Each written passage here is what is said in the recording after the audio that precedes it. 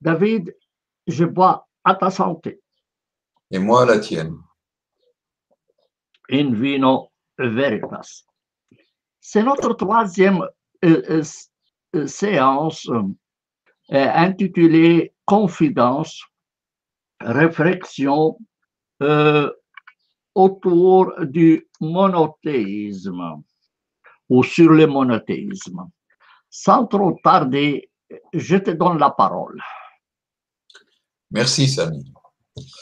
Avant de rentrer dans le vif du sujet, je voudrais faire une petite introduction, un préambule sur la question comment le monothéisme a pénétré chez les Hébreux anciens. C'est une question très importante parce que tous les chercheurs le savent, les Hébreux anciens étaient à l'origine des polythéistes, des chamanistes, des animistes, des totémistes. Le monothéisme s'est introduit chez les Hébreux de manière tardive et de façon graduelle. Alors, il faut nous poser la question, comment le monothéisme est devenu ce qu'on appelle plus tard le monothéisme judaïque, en passant par l'intermédiaire des Hébreux, ensuite des Israélites, pour arriver au monothéisme judaïque.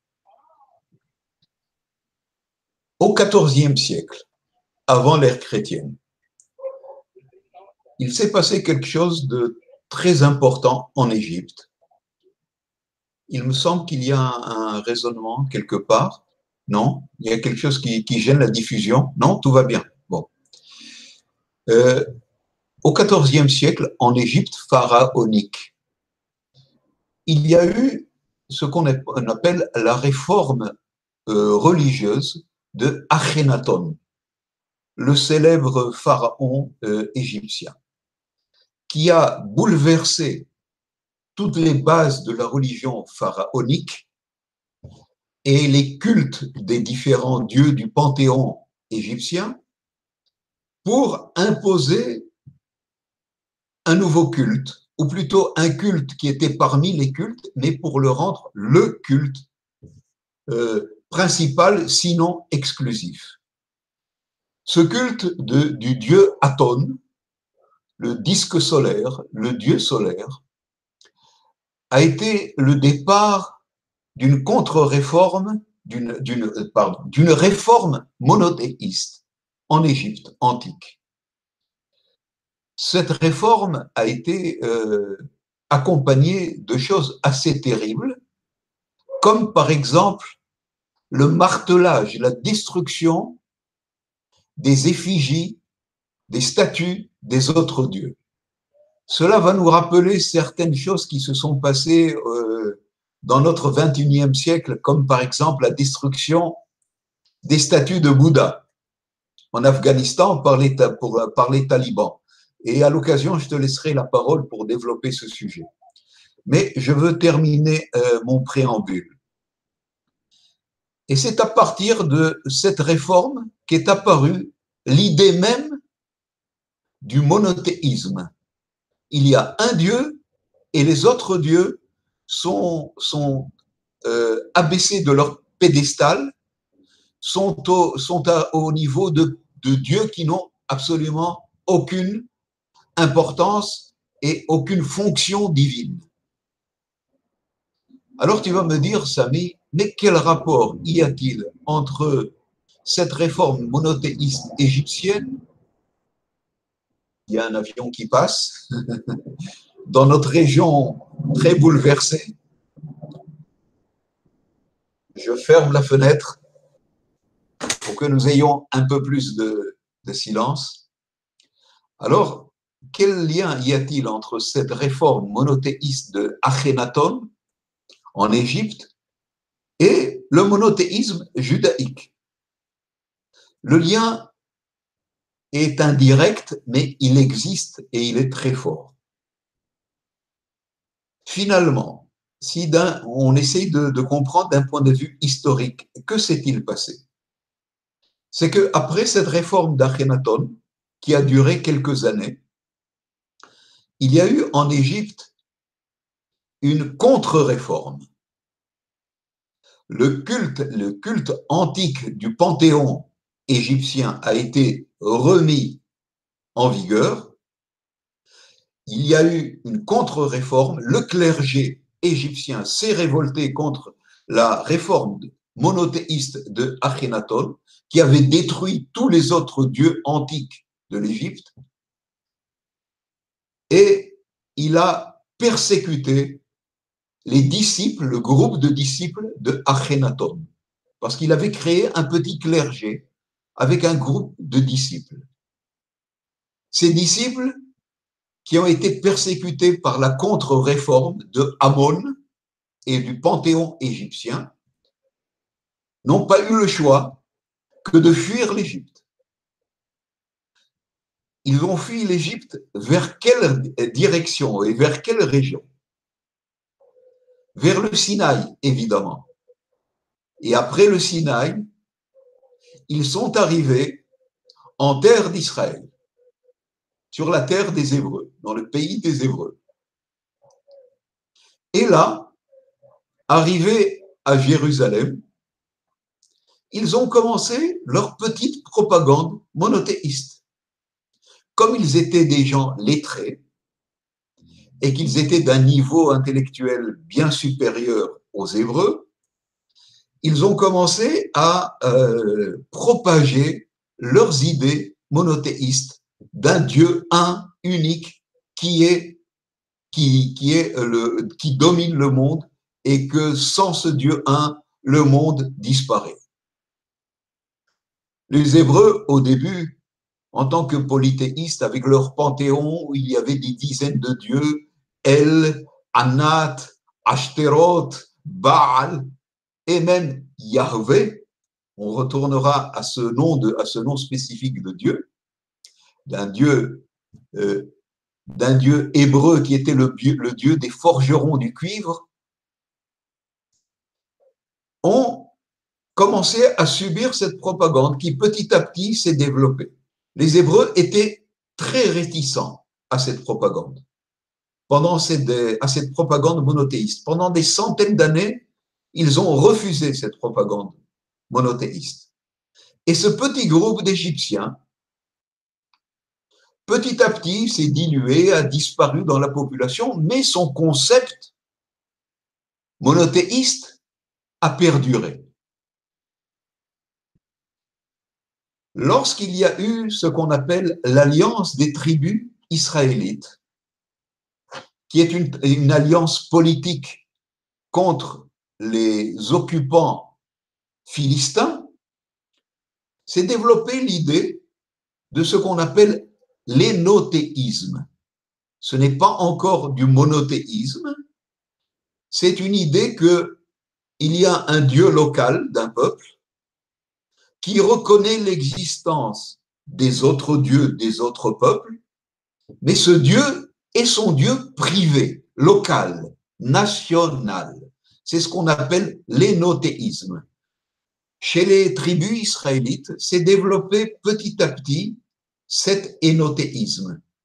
Mais alors, la question est, qui est ce Dieu local, national de l'alliance israélite? Il y avait beaucoup de dieux chez les Israélites. Chaque tribu avait son propre Dieu local. Par quel biais, par quel intermédiaire un Dieu local parvient à une certaine hégémonie pour imposer son existence et son culte aux autres tribus? Et c'est quelque chose d'intéressant. Parce que finalement, la Bible, ce qu'elle nous raconte, ce n'est pas du tout l'exode des Hébreux. Les Hébreux n'ont jamais été esclaves en Égypte. Il n'y a jamais eu d'exode des Hébreux vers la terre promise. Ce récit est finalement le récit des disciples d'Akhenaton, persécutés en Égypte à cause de leur monothéisme, qui ont fui l'Égypte, qui ont erré dans le Sinaï et qui sont arrivés sur la terre promise, la terre des Hébreux, qui les ont accueillis comme des migrants.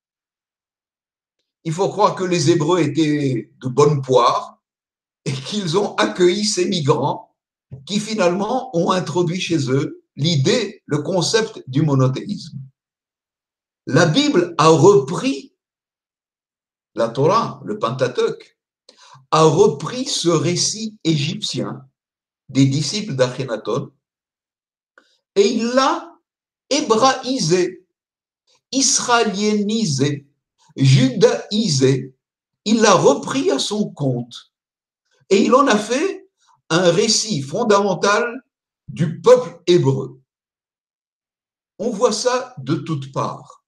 Tout ce récit biblique de l'Exode n'a aucun rapport avec l'histoire du peuple hébreu qui n'a jamais été esclave en Égypte. C'est un mythe qui s'est créé. Mais la Bible nous raconte tout d'un coup d'un certain personnage qui s'appelle Moïse, Moshe en hébreu, qui signifie le dirigeant, et qui est fils du pharaon. Regardons un peu comment tout ça s'est concocté, qui est presque un fils adoptif du pharaon, qui voit son peuple persécuté, qui essaye de le libérer. Le Dieu un intervient dans l'histoire et châtie les Égyptiens. Il permet aux Hébreux de quitter l'Égypte et de errer dans le Sinaï avant de rentrer dans la terre promise. Or, les Hébreux étaient déjà sur leur terre des centaines d'années avant ce récit. Mais qu'est-ce que la Torah nous raconte? Nous raconte que dans ses pérégrinations, Moïse rencontre un prêtre midianite du nom de Jethro, et il y a ce qu'on appelle son expérimentation spirituelle du buisson ardent. Il voit un buisson qui est en incandescence, qui brûle, mais qui finalement ne se consume pas. Et il entend une voix qui lui dit « Ehyeh Asher Ehyeh » c'est moi, Yahvé. En hébreu, quelle est la signification de ce nom, de ce tétragramme sacré? Yahweh, Y-H-W-H. Il y a eu toutes sortes d'explications, de pseudo-explications, mais nous n'avons pas le choix que de retourner, que de revenir à l'étymologie hébraïque pour comprendre la signification de ce tétragramme, qui est en réalité une forme verbale.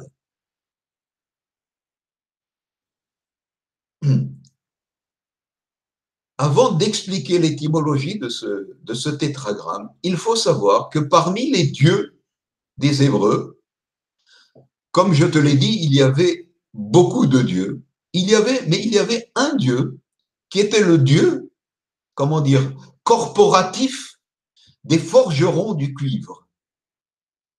Comme il y avait dans le Sinaï et dans le Negev des mines de cuivre, et qu'à l'époque, les Hébreux ne connaissaient pas le fer, c'est pour ça qu'ils ont d'ailleurs été battus au début par les Philistins venus de Crète, qui sont venus avec des armes en fer, alors que les Hébreux n'avaient que des armes en cuivre, et que le fer cassait le cuivre. Donc, les Hébreux ne connaissaient pas le fer, ils connaissaient le cuivre. Il y avait une corporation de forgerons de cuivre qui, eux, faisaient chauffer le cuivre à un certain degré, et ensuite, ils le faisaient fusionner et, avec leur expiration, lui donner des formes aux instruments. Cette corporation de forgerons de cuivre avait un dieu particulier, qui était le dieu du feu et du souffle humain, qui représentait finalement leur métier. où il fallait faire fusionner le cuivre à un certain degré, et ensuite respirer et expirer comme ceux qui font le verre, pour donner une forme des instruments de cuivre. En hébreu, le cuivre se dit nehoshet, de la même racine que le serpent. Parce que lorsque le cuivre fusionne et qu'il descend de la roche, il a une forme de serpent avant de se figer, avant de se refroidir.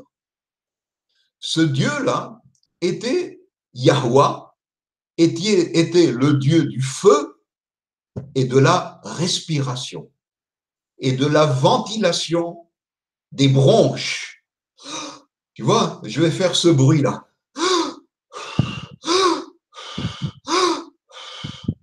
Une sorte de vent qui passe par les bronches, les poumons. Cette racine hébraïque, c'était une racine verbale qui était hawa, hawa, et qui signifie le souffle, le vent qui passe à travers les bronches. Petit à petit, pour faire court, ce Dieu, qui était un Dieu local des forgerons hébreux, a pris une prépondérance du par le prestige de cette corporation des forgerons. Et petit à petit, cette prépondérance est devenue hégémonique. Et lorsque Moïse, dans ce récit mythique, voit le feu et entend cette voix qui lui dit « Je suis Yahweh, Ehyeh Asher Ehyeh », ce qui signifie « Je suis ce que je suis ». En réalité, ça signifie « Je suis la respiration qui est dans l'être humain ». L'inspiration et l'expiration. Je suis le souffle dans les bronches de l'être humain. C'est devenu le Dieu qui est devenu petit à petit, ce Dieu local, corporatiste, est devenu petit à petit le Dieu principal des Israélites, jusqu'à en devenir le Dieu unique. Mais nous n'étions pas encore au stade monothéiste. Nous étions au stade énothéiste. Les Hébreux, les Israélites reconnaissaient l'existence des autres dieux, mais disaient, oui, d'accord, mais Yahweh, il est le nôtre, et petit à petit, il commence à devenir le plus fort, le meilleur. Par exemple, il y a une expression dans biblique qui dit « Mikamocha be'elim Yahweh ». Qui est comme toi parmi les dieux, Yahweh? Tu es le plus grand. Une autre explication, qui est une autre expression, pardon, où on voit petit à petit le processus de monothéisation qui dit En Eloha mi bal'ade Yahweh. Pas de Dieu hormis Yahweh. Est-ce que cette expression, Samy, te rappelle quelque chose? Absolument. Il faut que tu bloques chez toi la voix en haut. Oui, et je veux en parler. C'est très, très intéressant ce que tu dis. Mais je voudrais quand même te laisser la parole pour que tu continues ton explication avant que je reprenne la parole. D'accord, merci Samy. Alors, je continue.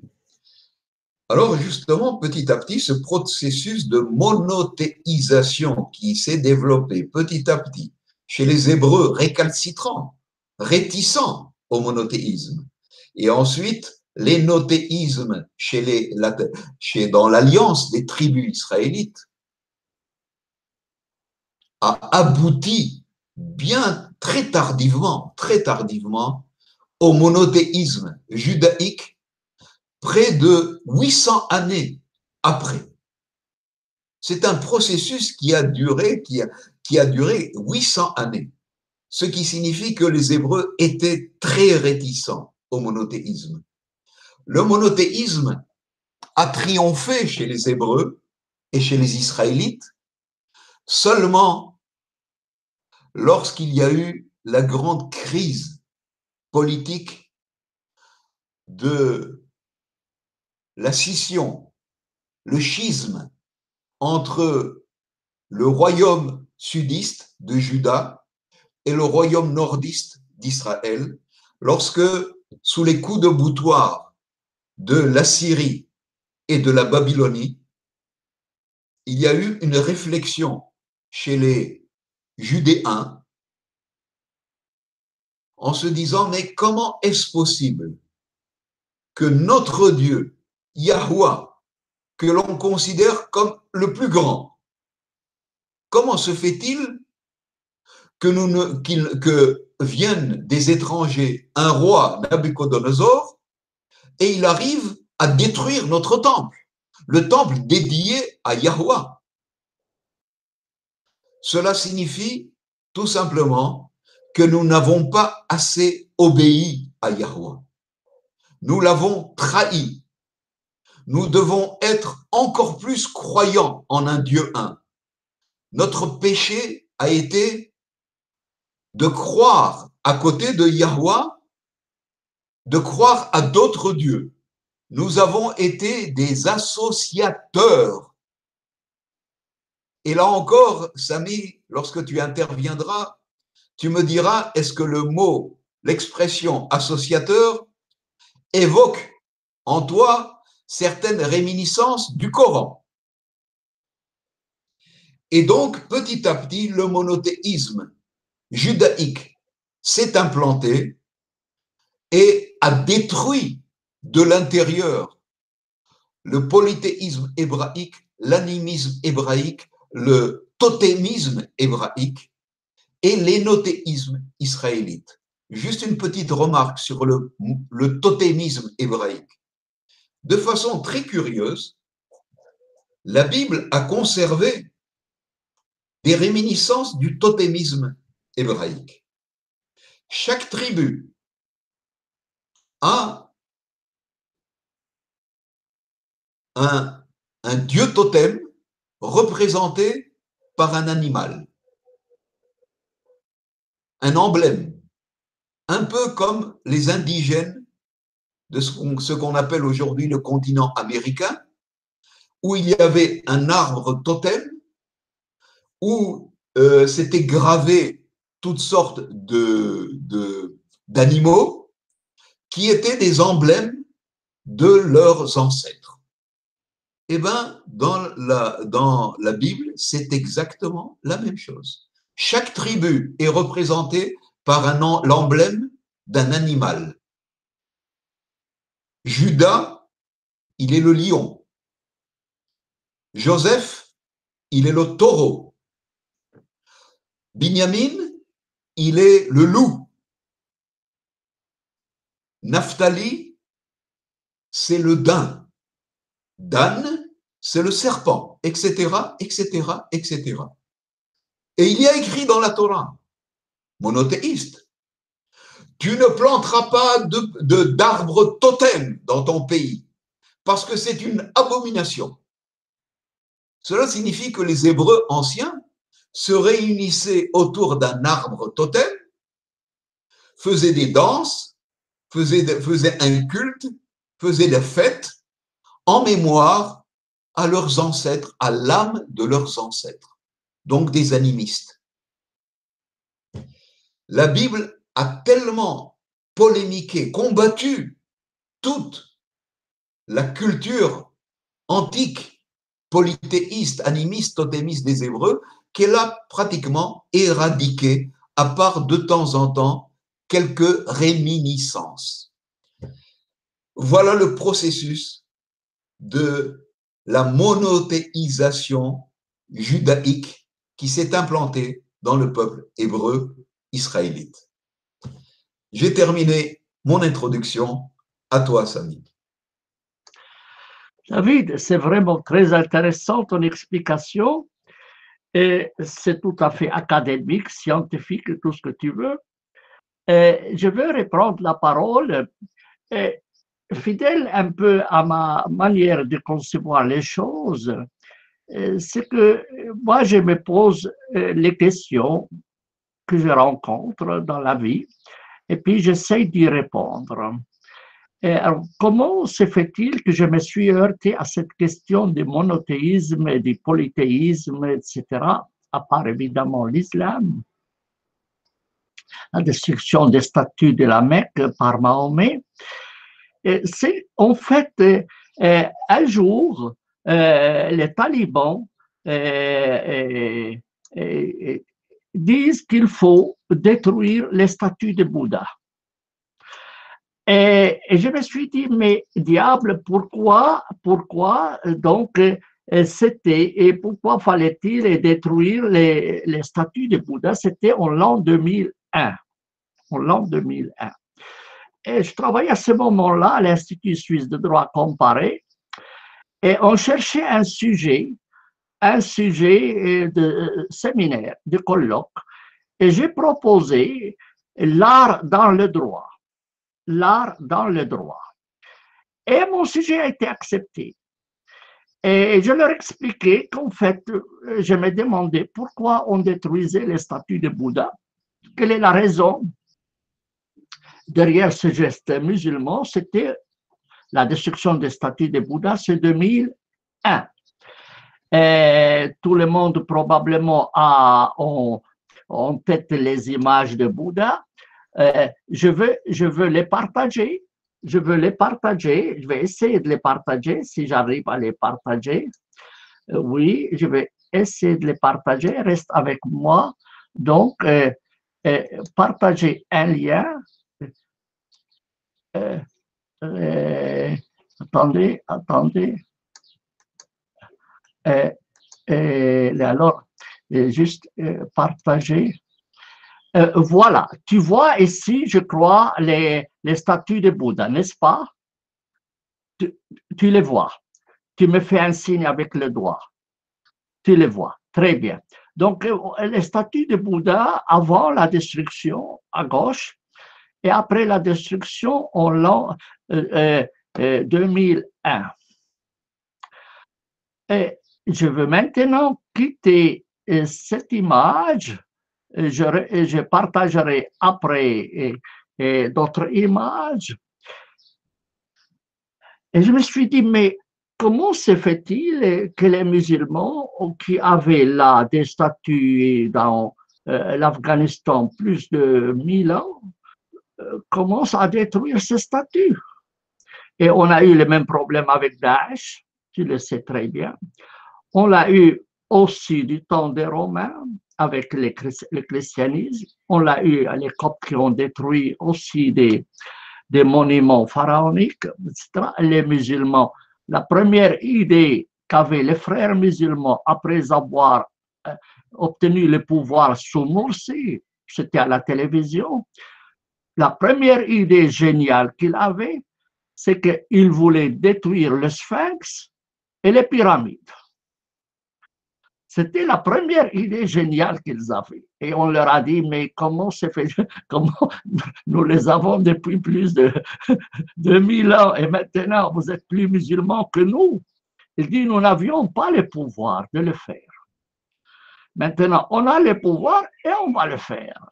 Il dit, oui, mais ça appartient à l'humanité, ça appartient pas seulement aux Égyptiens. Il dit, Dieu est plus important que le reste de l'humanité, d'où l'expression Allahu Akbar. N'est-ce pas? Dieu est plus grand, il est au-dessus des lois, au-dessus de toutes les autres divinités. On détruit. Heureusement, ils ne sont pas restés longtemps au pouvoir. Il aurait encore fait plus de dégâts. Alors, je me suis heurté à cette histoire de statues et ensuite, je commençais à faire des recherches. Comme je faisais partie d'un institut de droit comparé, j'ai commencé à faire une recherche comparative. Et je suis passé effectivement sur la question de Toutankhamun, qui sont passés chez les Juifs. Et je vais juste partager quelque chose. partager. Voilà, Toutankhamon, ici, 1372, 72, donc 1354 avant Jésus-Christ.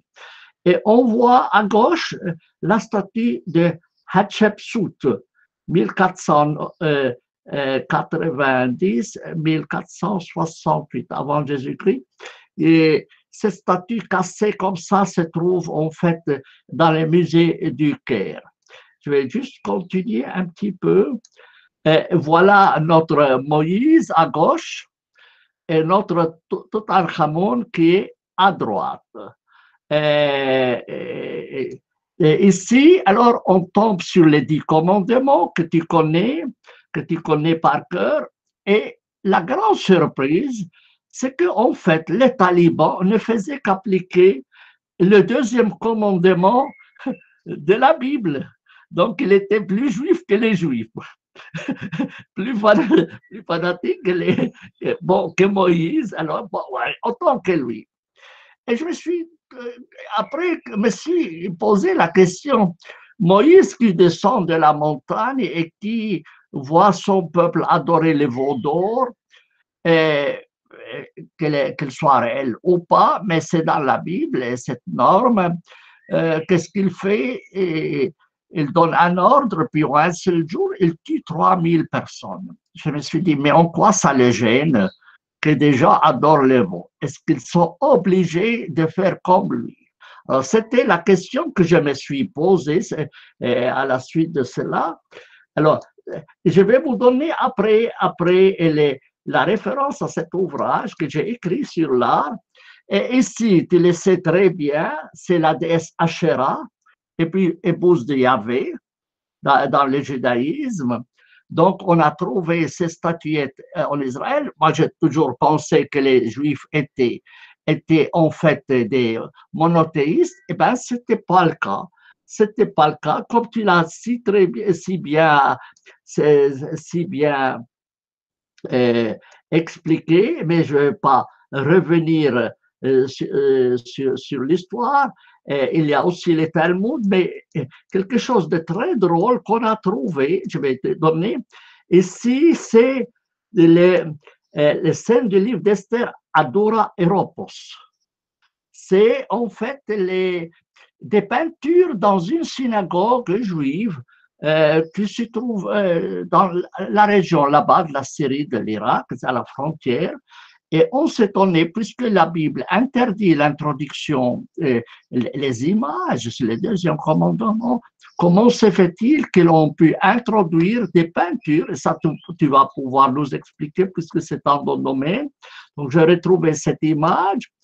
Et après, je me suis tombé sur quelqu'un de très drôle, c'est Maïmonide. Maïmonide, à qui on voulait fêter en fait son anniversaire, c'était on voulait ériger une statue pour Maïmonide à Tibériade dans le cadre de la commémoration de sa mort 8 siècles auparavant et son enterrement dans cette ville de Tibériade. Alors ils se sont dit, on va lui faire une statue. Et les religieux disent non, la Bible interdit de faire des statues. Interdit de faire des statues, et puis comme il avait un pouvoir, il avait, en fait, Israël avait commandé une statue de M. Maïmonide. Vu la réaction des religieux juifs, ils ont offert la statue au Maroc.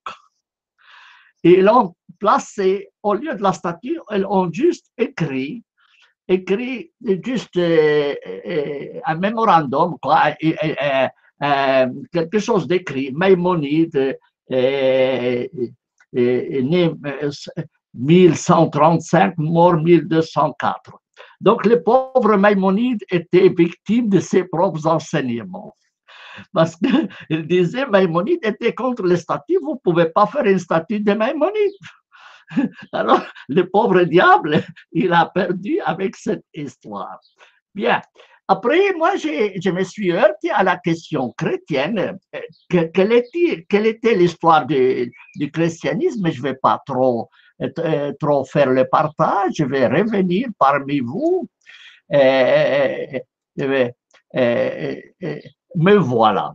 Donc, comme tu vois, j'ai fait un peu l'historique chrétien, juif, et aussi égyptien, que tu as très bien expliqué. J'ai beaucoup appris de ce que tu dis. Dans le christianisme, c'était aussi un problème, mais on dit que Paul avait voyagé sur un bateau qui avait deux divinités comme emblème, Castor et Pollux. Mais ça ne les gênait en rien. Ça ne les gênait en rien. Il était c'est les protecteurs des marins. Il ne s'inquiétait pas. Les textes du Nouveau Testament survolés condamnent l'idolâtrie, mais tolèrent dans une certaine mesure la présence des idoles, parce qu'ils ne sont rien. Elle dit, ce n'est rien. Même Saint Paul, il disait, vous pouvez manger même les animaux qui ont été immolés pour les idoles, parce que les idoles, c'est rien. Pourquoi laisser tomber la nourriture? Ces chrétiens étaient des pauvres diables. Et ça ne sert à rien d'être trop méticuleux sur les interdictions alimentaires. Tu connais les problèmes du kasher. Chez les Juifs, interdiction. Et dernièrement, j'ai lu que Israël avait démis de leur fonction des Juifs éthiopiens parce qu'ils veillaient sur la production du vin. C'est lié. Je suis en ligne avec David. Alors, parce que c'est lié à la production du vin et parce que le vin ne devait pas être sacrifié à des divinités, et il fallait un rabbin ou un juif qui veille sur la production du vin jusqu'à la fin, du début jusqu'à la fin. Et on doutait de la judaïté des juifs éthiopiens, on les a démis de leur fonction. Alors, vous voyez, donc tout ça, c'est lié, tout cela, les statuts. Et dans le christianisme, on a trouvé, ça s'est introduit, la notion d'image, mais après, je vais passer au christianisme, mais après, tu vas nous approfondir la question du judaïsme. Alors, on a l'autoportrait du Christ qu'on trouve, je vais peut-être de nouveau partager parce que c'est intéressant. Voilà l'autoportrait du Christ. Et si on voit partout dans les églises orthodoxes, on trouve cette image et la tradition chrétienne orthodoxe estime que c'est le Christ qui avait peint lui-même cette image. Bien, on ne va pas entrer dans les détails, probablement. Il y a tous les problèmes de l'iconoclasme byzantin où on a détruit les statues, il y a eu des massacres, 725 à 845, l'iconoclasme byzantin, inutile d'entrer dedans. Tout ça, c'est lié. Et après, on a eu notre trois copains, Martin Luther, Ulrich Zwingli et Jean Calvin, qui, au nom du deuxième commandement, ont fait un dégât énorme. Alors, ils ont détruit toutes les images dans les églises, même la croix. Si tu vas à Lausanne aujourd'hui, les églises protestantes n'ont pas de croix. Elles ont au-dessus de l'église un coq qui tourne avec les vents. Il n'y a pas de croix. Donc, quelqu'un qui ne s'y connaît pas, il n'oserait pas entrer parce qu'il dit que ce n'est pas une église, c'est une maison privée. Non, c'est une église. Alors, la cathédrale qui était construite par des catholiques, elle est dénudée. Elle est dénudée. Et ici, dans mon village, il y avait une église bénédictine ou cistercienne où les protestants, quand ils sont passés, ils ont détruit toutes les images.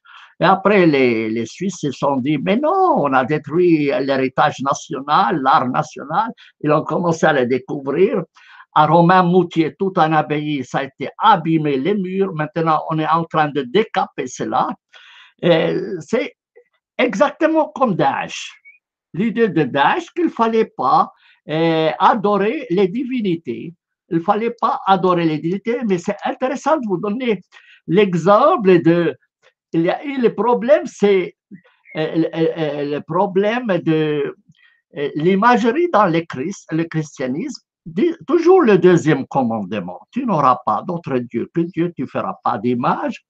On a une sainte allemande qui a été d'ailleurs béatifiée il y a quelques années par le Vatican, qui avait vu le Saint-Esprit dans le rêve.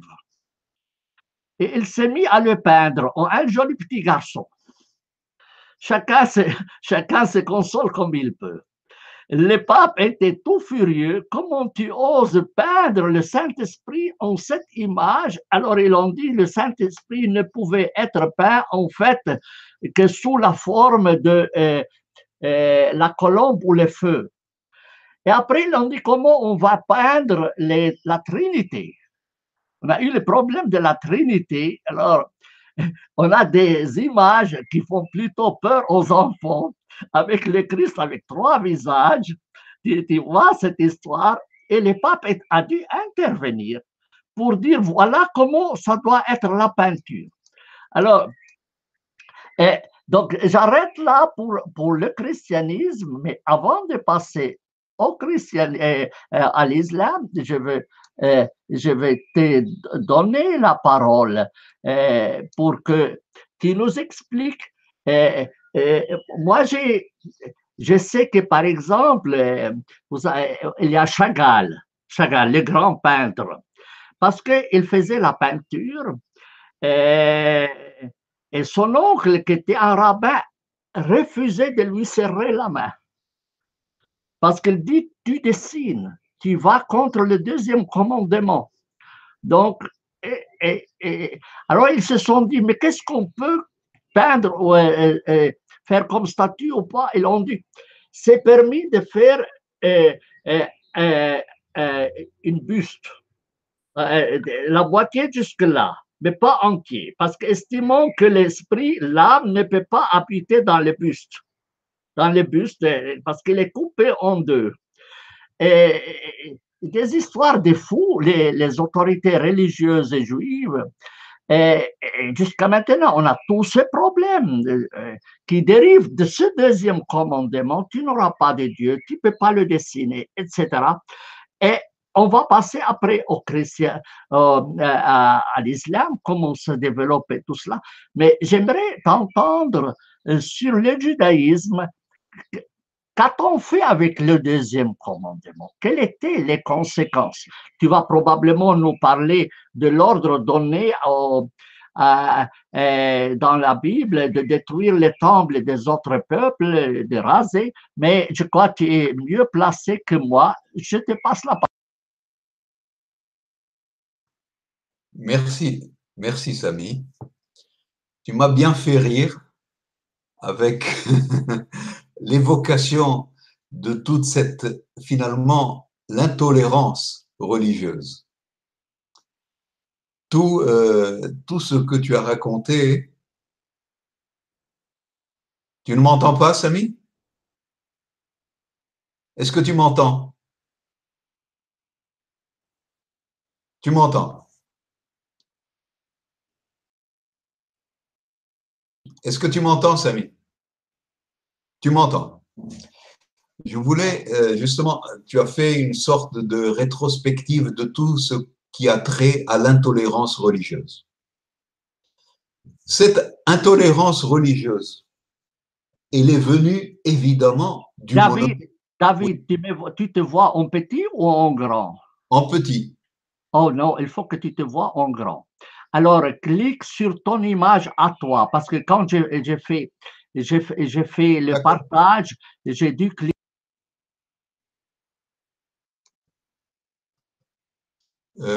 Clique sur ton image à toi, qui est la petite. Je me vois en grand, là, c'est bon? Non, je ne te vois pas en grand, mais bon, continue, j'espère que ça marche. Continue. Mais je vais quand même peut-être te mettre moi en grand. Voilà, tu te vois en grand? Là, je me vois en grand. Mais très bien, très bien, très bien. Donc, ça marche. Petit, je dois me voir en petit, non? Non, en grand. Quand tu parles, c'est toi. Vas-y. Bon. Alors, ce que je voulais dire, c'est que justement, toute cette intolérance religieuse, elle vient d'un seul fondement, c'est le monothéisme. Le monothéisme ne peut qu'être intolérant. Si on dit monothéisme, c'est synonyme d'intolérance. Il est impossible que le monothéisme soit tolérant. Alors, ce commandement-là, qui est interdit justement de créer des idoles, des images. Tu ne feras pas de statues, d'images sur terre, dans le ciel, en dessous de la terre. Tout cela est à l'origine dans la Bible une polémique intérieure. Elle n'est pas destinée aux autres peuples. C'est une polémique intérieure à l'intérieur du peuple hébreu et israélite, qui lui était polythéiste, faisait des statues, faisait des images, gravait des effigies. Et donc, dans cette polémique intérieure, entre d'un côté le polythéisme hébraïco-israélite, cananéen, du panthéon hébreu cananéen, et le monothéisme judaïque tardif, petit à petit, il y a eu le triomphe du judaïsme, et donc qui a imposé cet interdit. Pendant très longtemps, cet interdit n'a pas pu s'appliquer. C'était impossible. Tout le pays des Hébreux était rempli de statuettes, était rempli d'effigies, était rempli d'arbres sacrés avec des images. Et donc, il a bien fallu petit à petit de faire certaines concessions. Par exemple, des concessions dont parle le Talmud, où il ne faut pas que ça soit, bombé, que si l'image est plate, alors elle est permise. Mais évidemment que ça ne doit pas être un culte. Ou alors une mosaïque, mais une mosaïque qui n'a pas de renflement, c'est-à-dire qu'elle est plate. C'est pour ça que tu as donné l'exemple de cette synagogue-là, où on voit des images d'animaux, de bêtes, sur des mosaïques par terre, et tu m'as posé la question, comment est-ce possible? Comment est-ce possible que dans le judaïsme permettent de telles images? Eh bien, jusqu'aujourd'hui, il y a dans certaines synagogues, dans ce qu'on appelle l'endroit où le livre de la Torah est incrusté, il y a des rideaux où de chaque côté des rideaux, on voit 2 lions. On se dit, mais comment est-ce possible? Alors, il y a eu un certain louvoiement entre le monothéisme pur et dur qui interdit toute effigie, toute image, toute représentation, et la vie courante. Et dans la vie courante, ce n'est pas possible. Il y a eu des fois des sortes d'implosions, de fanatisme monothéique, comme il s'est passé avec les talibans, où toute représentation devenait une sorte d'abomination, et cela, ça s'est passé lorsqu'il y a eu une occupation étrangère. Lorsque, par exemple, les Grecs ont envahi le pays d'Israël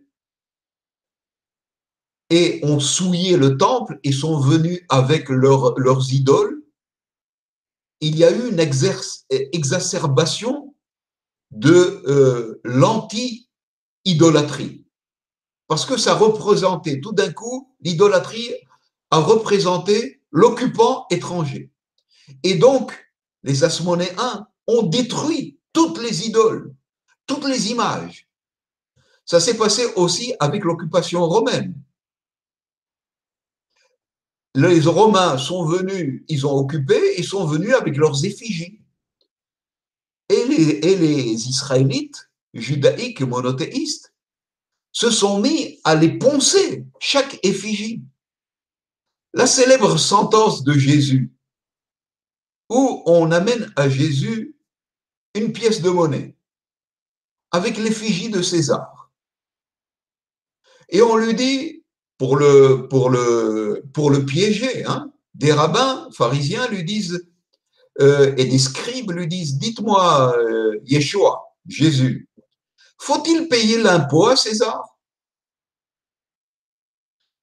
Cette sentence a été comprise d'un point de vue, disons, de paiement d'impôt à César. Mais c'est plus subtil que cela. C'est plus compliqué que cela. En réalité, il voulait le piéger. Parce que dans cette pièce de monnaie, il y avait l'effigie de César. Donc, c'est une pièce de monnaie anathème, interdite, qui est idolâtre. Donc, il voulait vérifier est-ce que Yeshua, Jésus, était un monothéiste pur et dur, ou bien est-ce qu'il louvoyait? Alors, Jésus n'est pas tombé dans leur piège, et il leur a répondu, eh ben, rendez à César ce qui est à César, et à Dieu ce qui est à Dieu. C'est-à-dire que la pièce de monnaie romaine, il ne faut pas l'utiliser puisque c'est une pièce de monnaie romaine. Rendez-la à César. Mais la pièce de monnaie israélite, le shekel, où il n'y a pas de représentation d'animal ou d'être humain, ça, on peut l'utiliser. Donc, Jésus n'est pas tombé dans ce piège du fanatisme iconoclaste, anti-idolâtre. Jusqu'aujourd'hui, finalement, le monothéisme judaïque n'a pas pu imposer. Il y a des effigies de Ben Gurion dans l'aéroport de Tel Aviv, la statue de Ben Gurion. Dans l'hôpital à Beersheba, la statue de Ben Gurion, d'autres statues, la statue de Herzl. Oui, Samy, tu voulais oui. Réagir. La statue entière ou le buste? Le buste. Ah, oui, mais... Non, parce que David, parce qu'il y a une fatwa juive qui dit les statues entières sont interdites. Oui, mais c'est les bustes, c'est permis parce que l'âme ne peut pas habiter les bustes. Ils ont fait exception pour les bustes. Pour cela, je voulais savoir. Par contre, il y a sur la monnaie israélienne des effigies. Bien sûr. C'est ça. Mais pour cela, je voulais savoir si Ben Gurion, c'était une statue complète. Est-ce qu'on trouve en Israël des statues complètes? On en trouve. Et là, cette histoire de buste, c'est un pis-aller. C'est une histoire à dormir debout qu'ils ont inventée pour trouver une solution. Ça n'a aucun fondement théologique, biblique. Alors, je continue pour terminer mon exposé, c'est que tu as évoqué Maïmonide. Évidemment, il y a ici une grande contradiction interne. Parce que Maïmonide, qui est considéré comme quelqu'un de grande valeur, un grand humaniste, en réalité, c'était un taliban. C'était quelqu'un d'une intolérance religieuse, un monothéiste fanatique pur et dur. Et d'ailleurs, pendant 12 ans, Maïmonide s'est converti à l'islam. Il a vécu en tant que musulman. Donc, évidemment que les religieux, quand ils ont vu la statue de Maïmonide, ils se sont dit, attendez, c'est un scandale. J'aurais voulu plus tard parler de ce qu'on appelle le monothéisme chrétien, parce que je considère que le christianisme n'est pas un vrai monothéisme. Par rapport au monothéisme judaïque, qui est lui un vrai monothéisme, et le judaïsme musulman, qui est lui un vrai monothéisme, les deux ce sont des monothéismes purs et durs, en dépit de certains, comment dire, de certains accidents de parcours.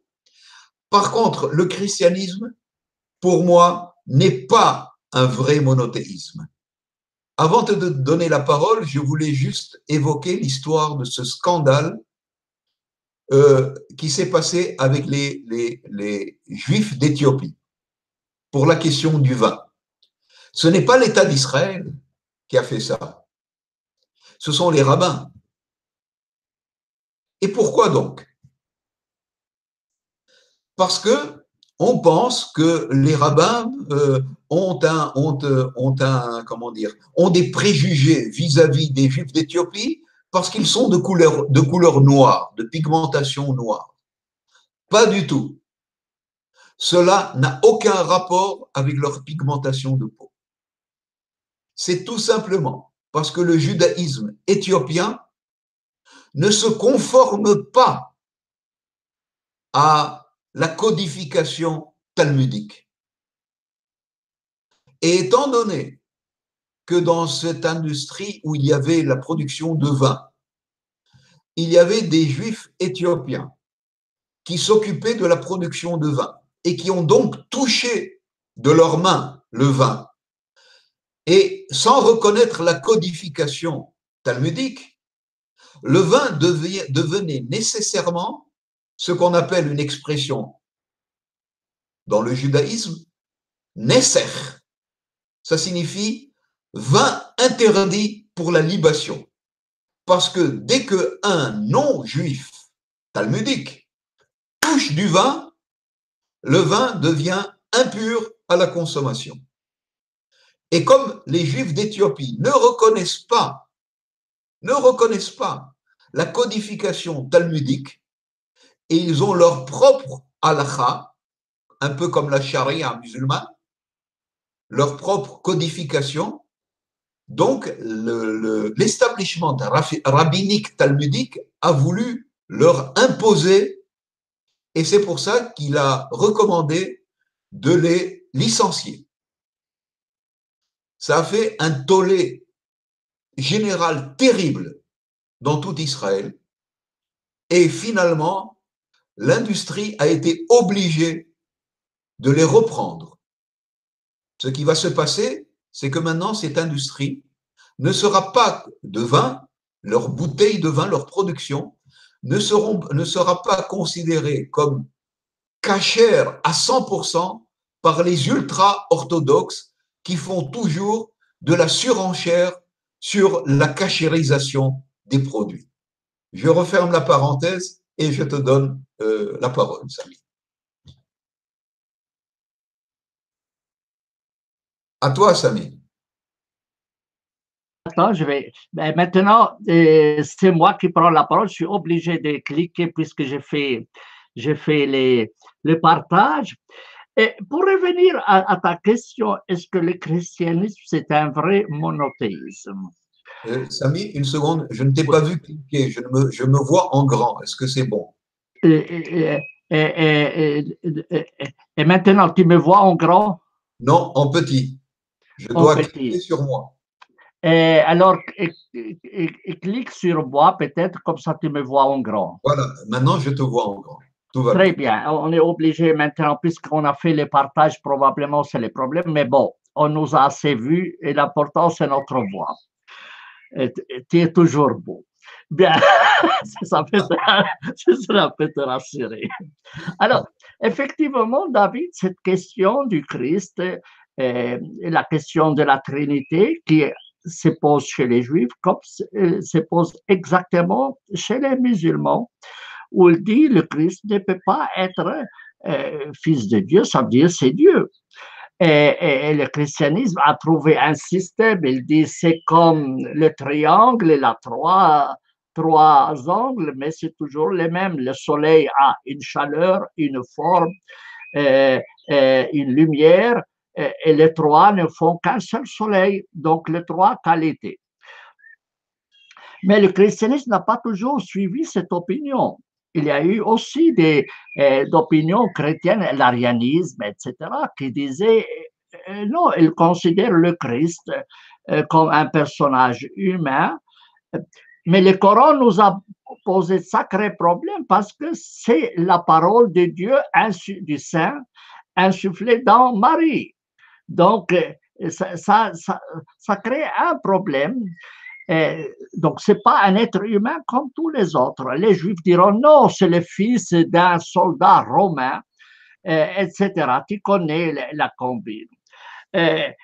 Puisqu'on se pose la question, et moi je me dis chrétien, on me dit, et quelle est ta position à toi?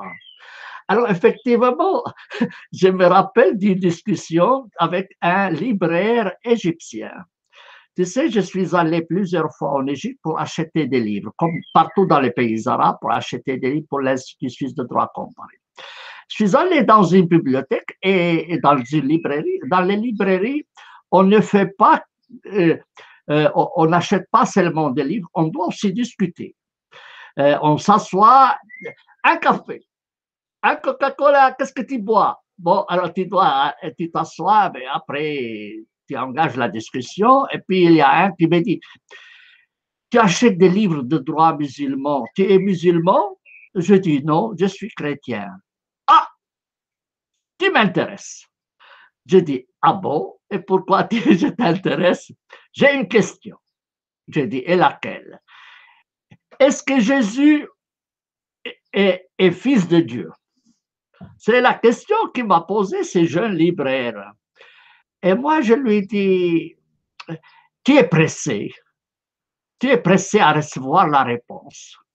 Il m'a dit, pourquoi tu me poses cette question? Je dis, écoute, si tu es pressé, la meilleure des choses, c'est que tu lui téléphones.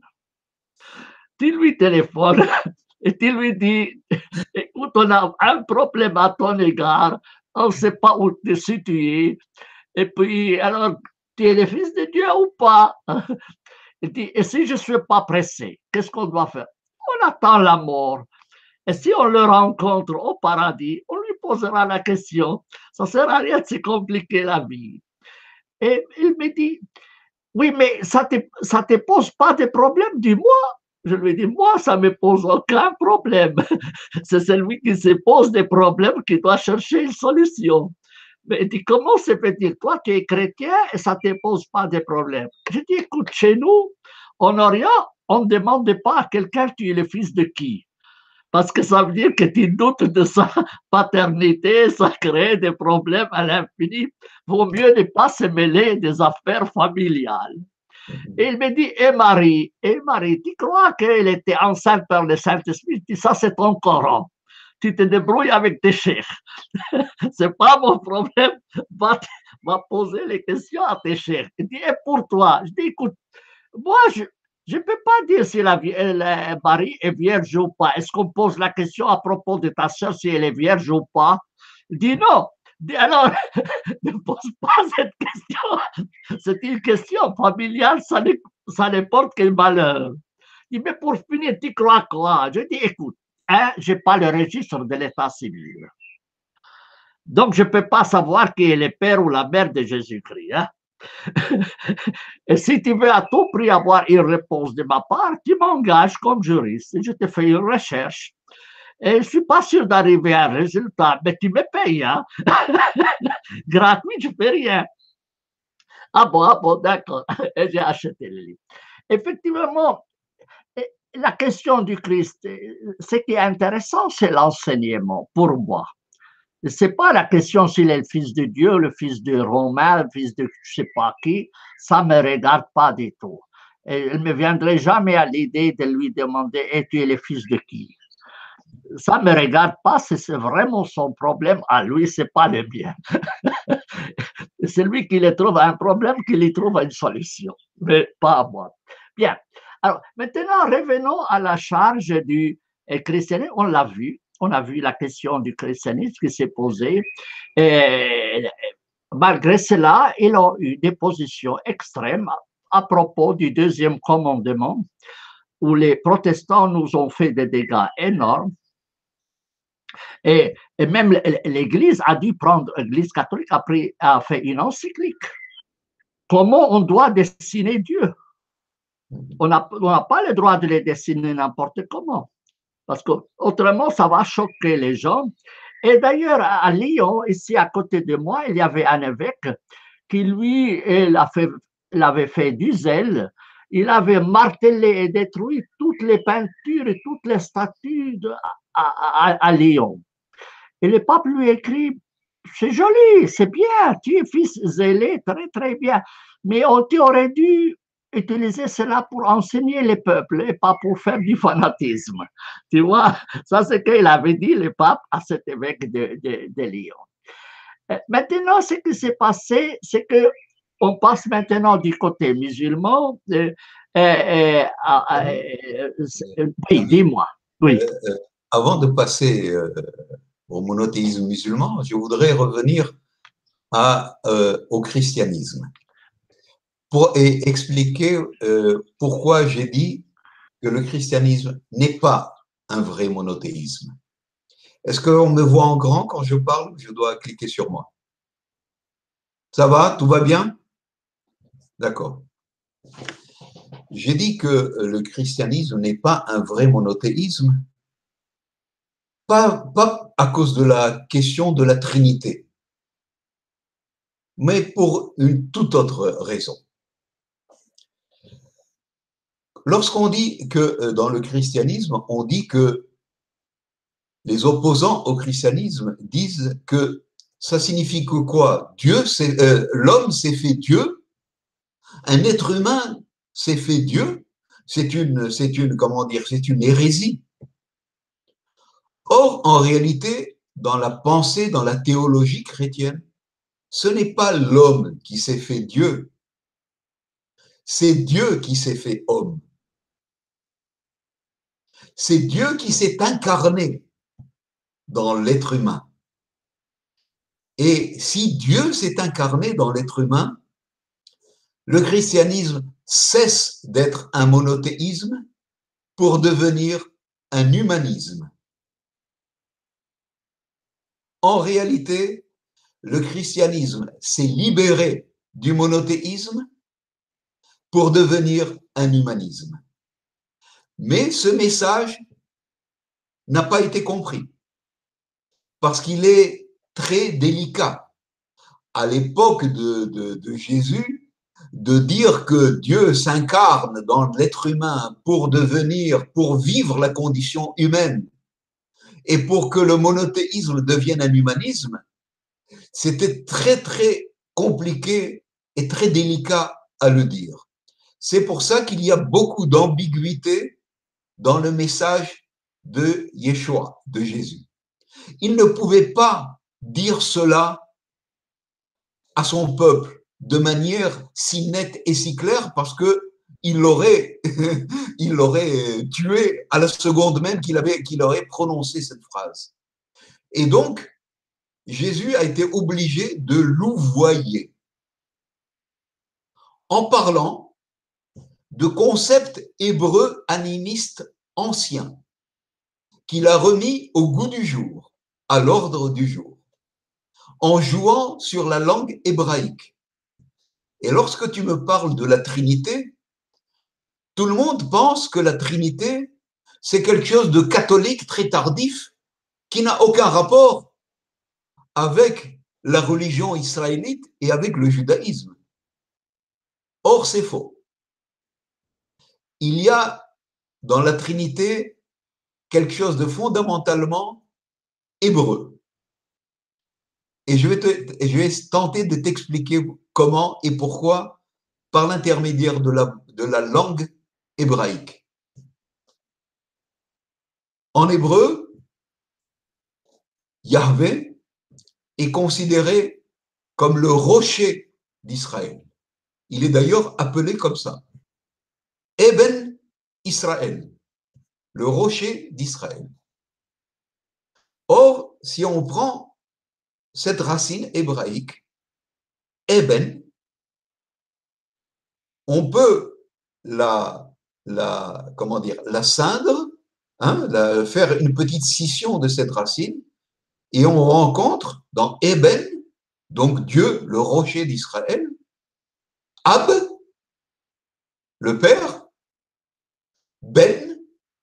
le Fils. Donc le Dieu d'Israël est à la fois le Père et le Fils. Et on ajoute Ruach. Ruach, c'est le souffle, l'esprit, ce que les chrétiens appellent l'Esprit Saint. Ruach HaKodesh. Ahab, le Père, Aben, le Fils. Ruach HaKodesh, l'Esprit Saint, le souffle saint. Donc, l'idée même d'une Trinité où il y a un lien entre le Père et le Fils par l'intermédiaire du souffle divin, c'est une idée israélite, judaïque. Et il n'y a là rien d'exceptionnel. Mais il fallait exprimer cette idée de manière didactique pour que l'establishment rabbinique pharisien n'expose pas de colère et ne commence pas à persécuter ce mouvement israélo-judaïque qu'était le christianisme. Parce que j'ai remarqué que, d'après moi, tu as fait une petite erreur en disant que, oui, mais les Juifs disent, ce ne sont pas les Juifs. Il y avait des Juifs qui étaient qui soutenaient le mouvement de Yeshua. Ils étaient d'ailleurs tous des Israélites. Tous. Jésus, son père, sa mère, ses disciples, tous. Même l'apôtre Shaoul, c'était un Israélite. Donc, ce n'est que le mouvement, le courant rabbinico-pharisien qui s'est opposé à un autre mouvement israélite. C'est une polémique intérieure.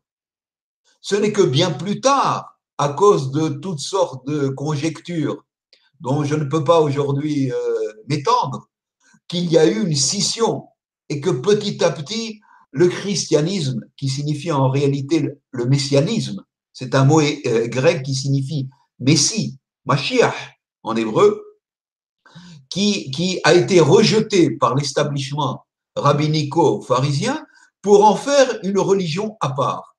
Mais au début, pendant 100 ans, 100 années après Jésus, ils priaient dans les mêmes synagogues. Dans la même synagogue, il y avait des messianiques et il y avait des pharisiens.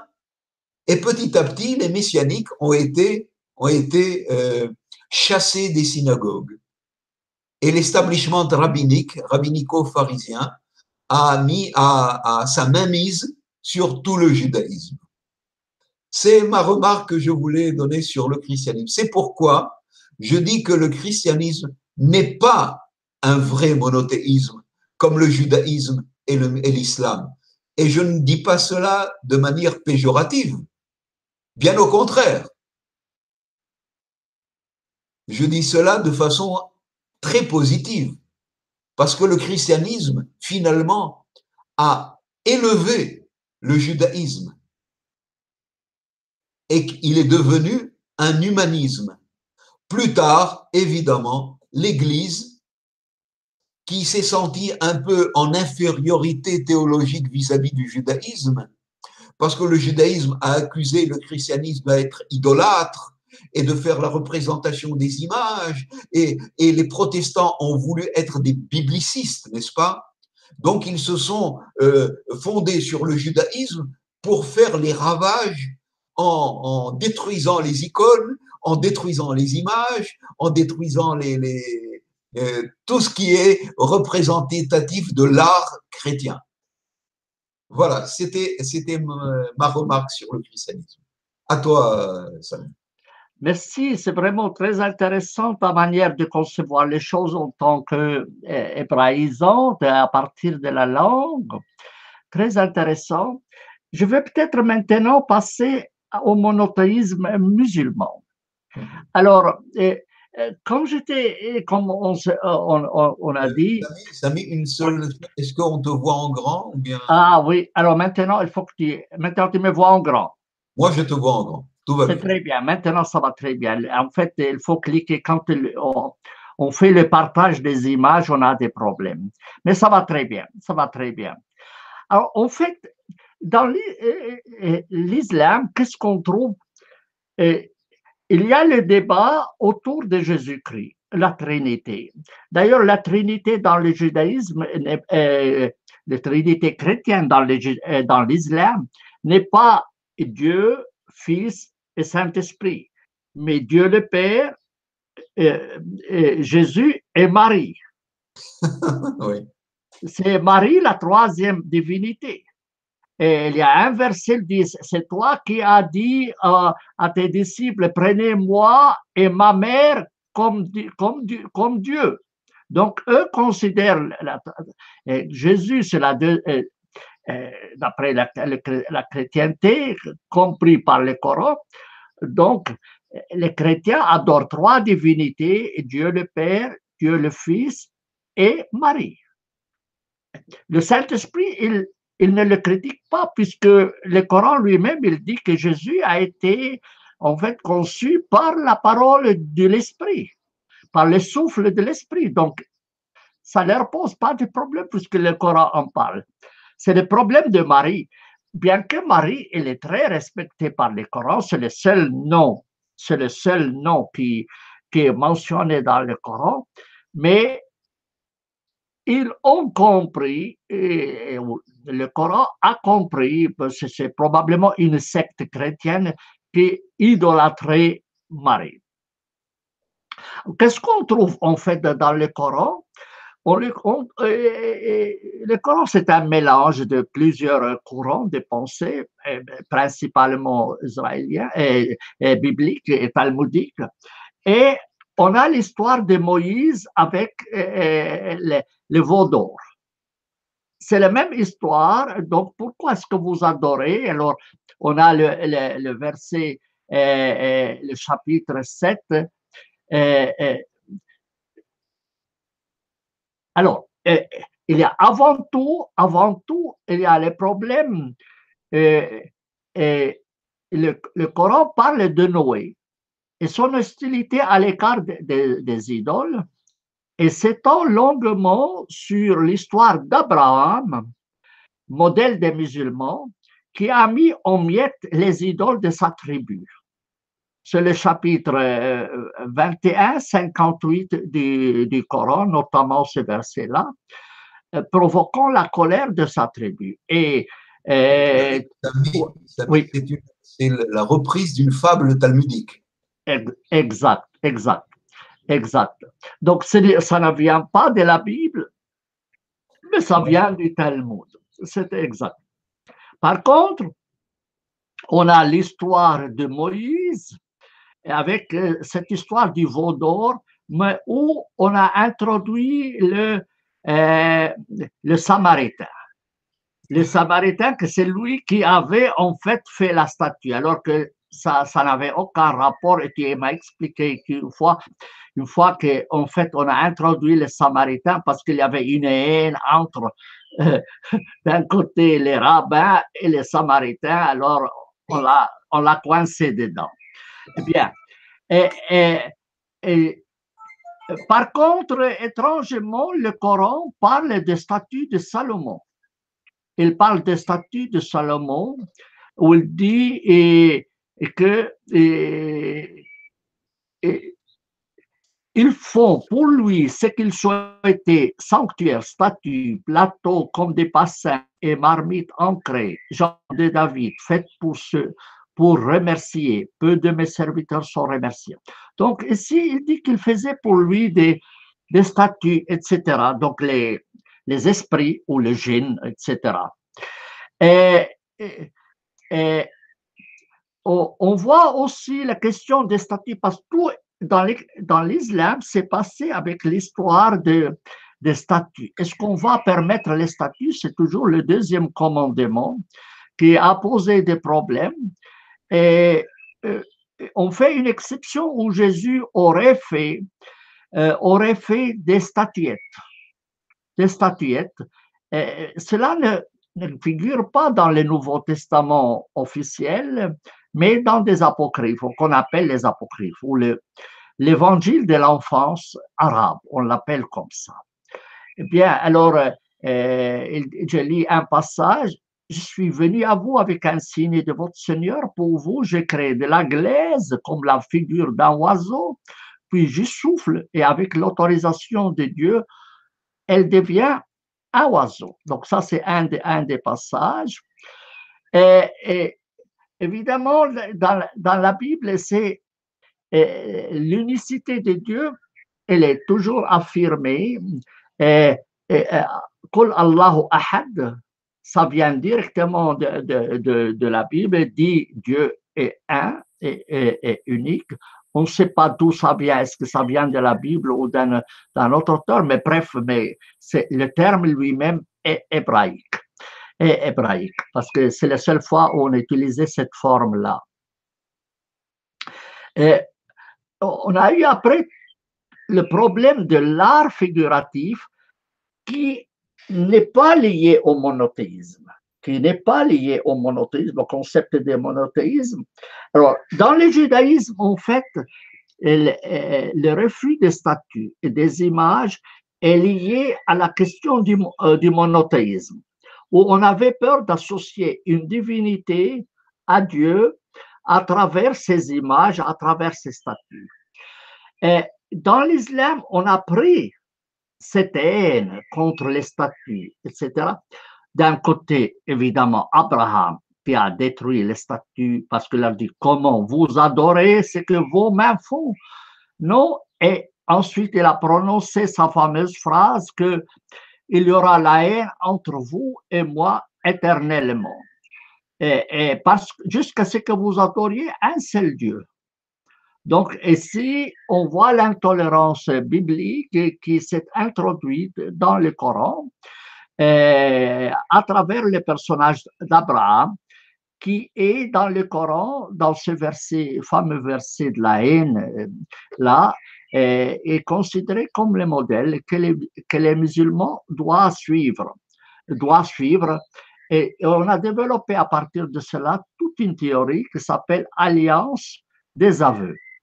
Alliance et des aveux, et qu'on ne doit pas prendre les mécréants comme amis, sauf si on le craint.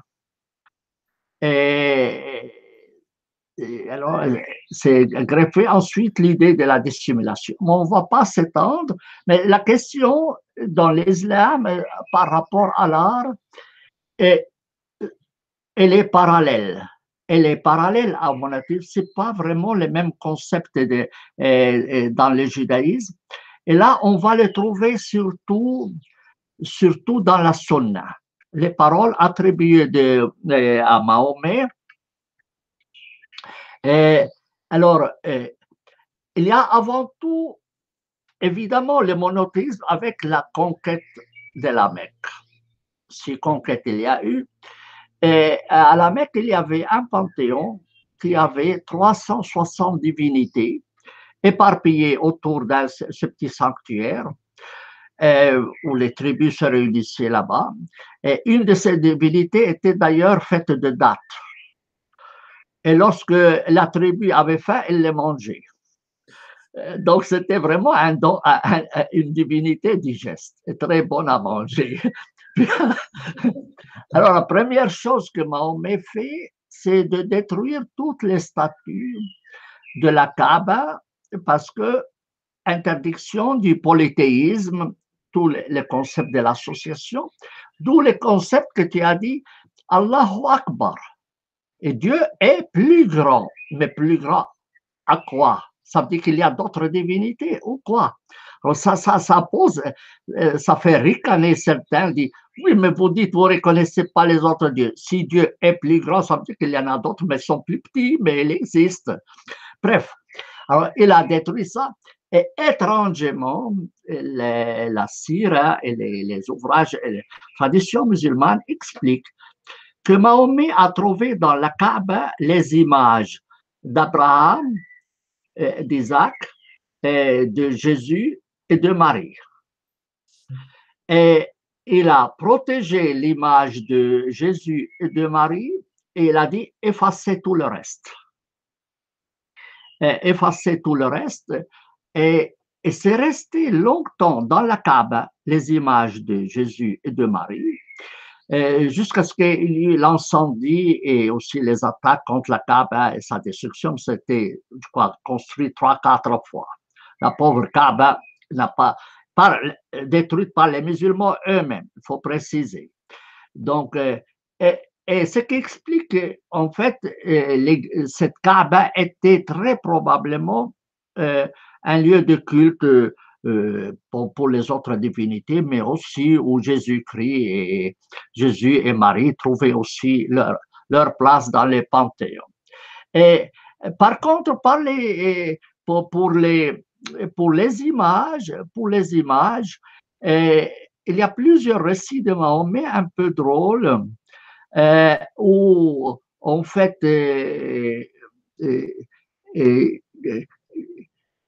un des récits il dit les anges n'entrent pas une maison où il y a des images. Et, et il a eu le message par exemple, il y a Aïcha, la femme favorite de Mahomet, Aïcha, rapporte le messager de Dieu est entré chez elle alors qu'elle s'est trouvée derrière un rideau comportant une image. Son visage a changé de couleur, il s'est dirigé vers le rideau, il l'a déchiré avec sa main en disant les gens qui seront les plus châtiés les jours de la résurrection sont ceux qui font des œuvres similaires à celles de Dieu. Vous voyez, ça ne dit pas en fait d'un Dieu à côté de Dieu, mais l'œuvre de Dieu. C'est une conception drôle dans l'islam. Et un autre récit, nous avions un rideau comportant une image d'oiseau. Celui qui entrait chez nous le voyait en face. Le message de Dieu m'a dit, éloigne-le parce que chaque fois que j'entre et je le vois, il me rappelle le monde.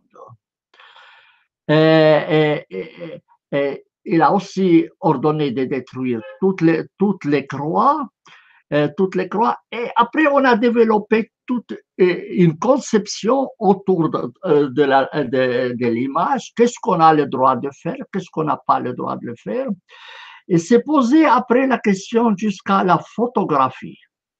Est-ce qu'on peut photographier ou pas? Et la première fois que ça s'est posé, c'était à propos des pèlerins qui devaient se rendre en Arabie Saoudite. Oui. Et les autorités saoudiennes avaient demandé un passeport avec les images, avec la photo du pèlerin sur les passeports. Et les gens disent, oui, mais c'est interdit de faire des images. Et le Mufti a dit, oui, mais c'est la moitié.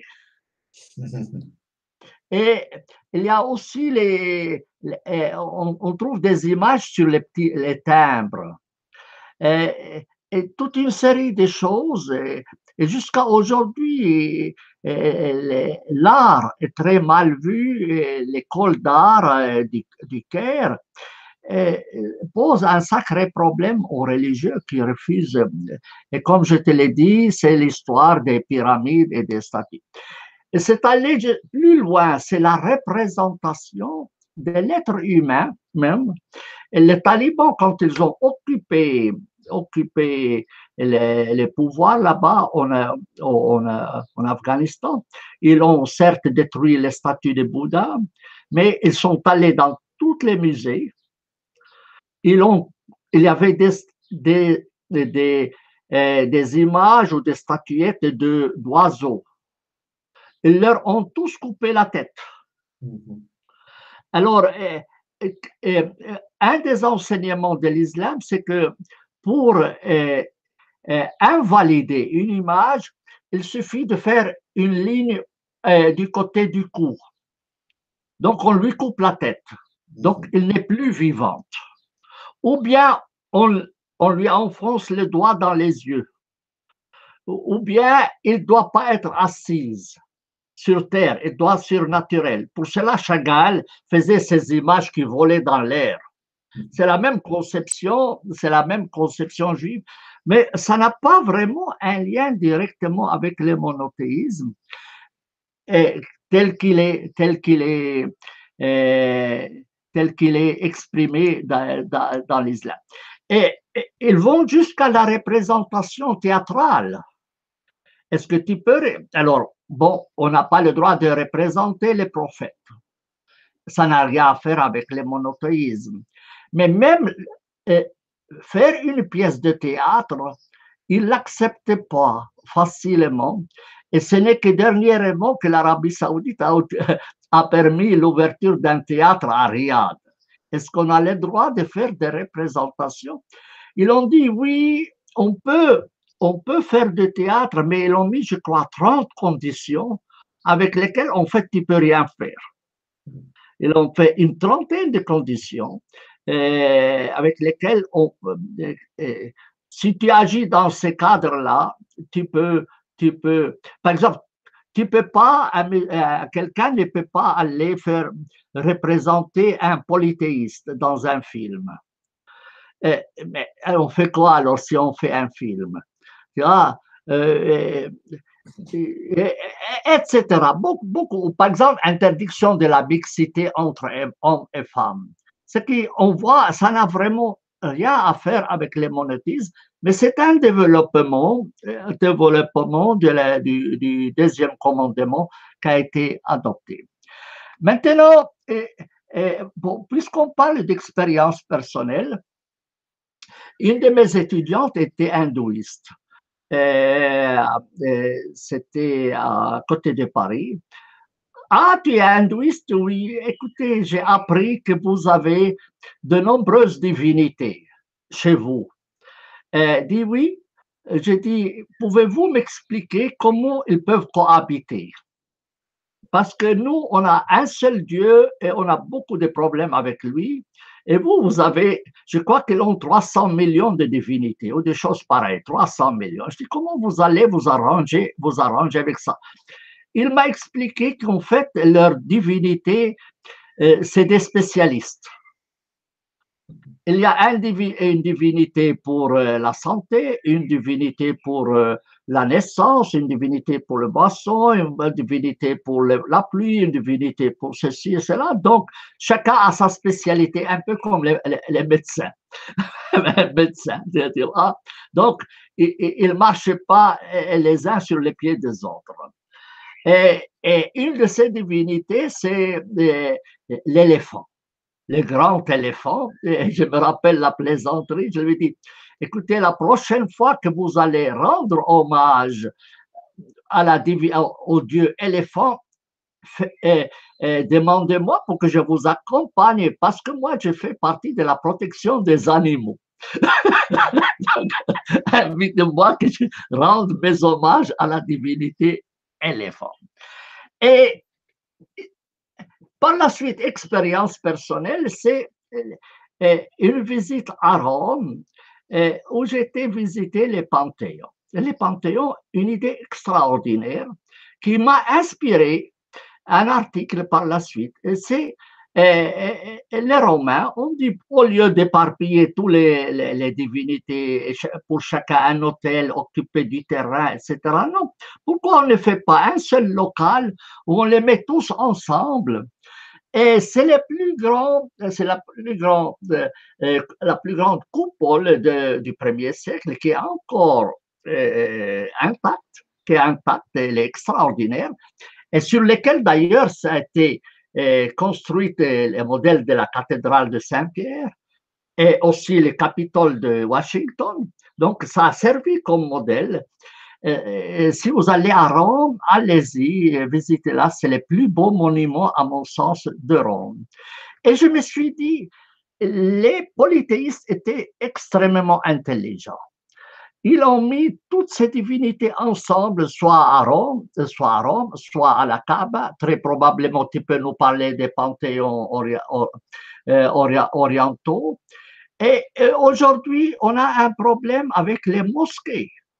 Les mosquées en Europe, il y en a une multiplicité de mosquées qui se construisent sous forme de palais.